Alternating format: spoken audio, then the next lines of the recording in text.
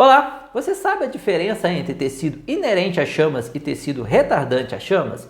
Não? Não se preocupe, a maioria dos profissionais de SST nem sabe que existem esses dois tipos de materiais. Porém, este é o foco do nosso vídeo de hoje. Meu nome é Wesley Silva, sou consultor em segurança do trabalho, especialista na gestão de SST. Quando temos trabalhadores expostos aos riscos elétricos, nós temos que escolher uma vestimenta adequada para ele. De acordo com a NR10, a escolha dessa vestimenta deve levar em conta a inflamabilidade, a condutibilidade elétrica e a influência por campos eletromagnéticos.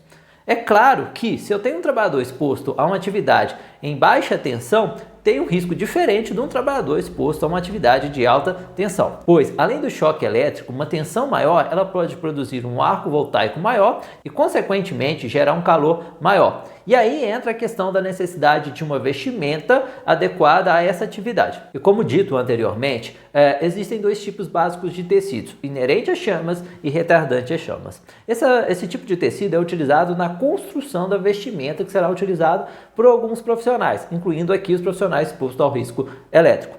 Qual que é a diferença desses dois materiais? O tecido inerente a chamas, ele já possui, por característica inicial, ou seja, é intrínseco das fibras dele, já pertence à sua estrutura molecular, a resistência a chamas, ou seja, eu preciso de uma quantidade muito grande de oxigênio para fazer com que esse tecido inerente, ele inicie o processo de chamas ou que a chama se propague sobre ele. É claro, ele vai ter um limite, assim como qualquer material. Já o tecido retardante, geralmente ele não tem essa característica inicial dele, ou seja, não pertence àquela fibra ter uma resistência à inflamabilidade. Geralmente o tecido utilizado é o algodão. O algodão ele recebe um tratamento por um produto químico retardante a chamas. Isso vai fazer com que aquele algodão que anteriormente não tinha essa resistência, ele passe a ter uma resistência maior à inflamabilidade. E aí, uma outra diferença que eu tenho entre esses dois produtos é a questão da lavagem.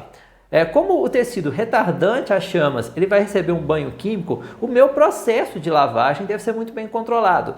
Porque se eu aplico, por exemplo, um processo de lavagem diferente do definido pelo fabricante, eu corro o risco de retirar parte dessa propriedade do tecido. E aí ele não vai ser tão eficaz mais. Por exemplo, eu utilizei alvejantes clorados ou peróxido. E é importante destacar que esse processo de higienização da vestimenta, ele deve ser de controle do empregador, lá de acordo com a NR6.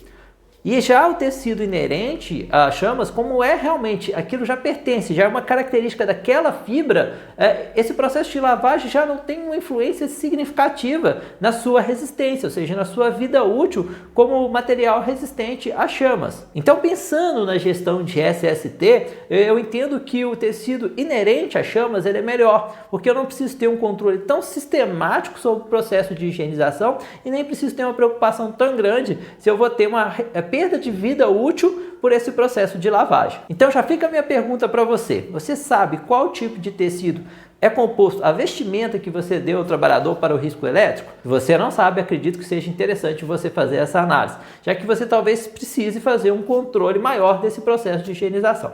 Então minha dica de hoje é: pensando na gestão de riscos elétricos, quando eu tiver que escolher uma vestimenta para esse profissional, eu tenho que pensar prioritariamente num tecido inerente a chamas.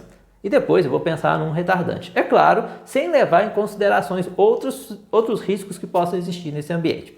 Tá ok? Então espero que você tenha gostado do nosso vídeo. Curte aí o nosso canal e dá seu like. Um abraço!